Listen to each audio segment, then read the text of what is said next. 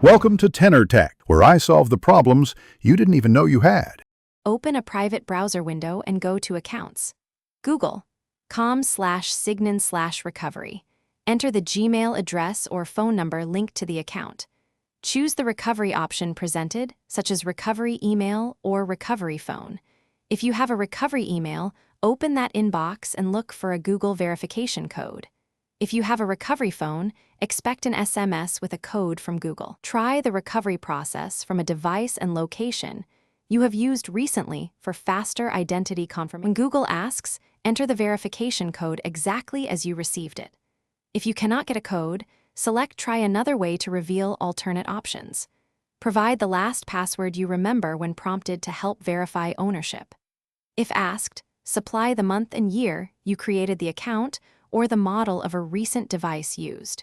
Use the Google prompt on a signed-in device if available to confirm identity. Answer security questions or provide backup codes if you previously saved them.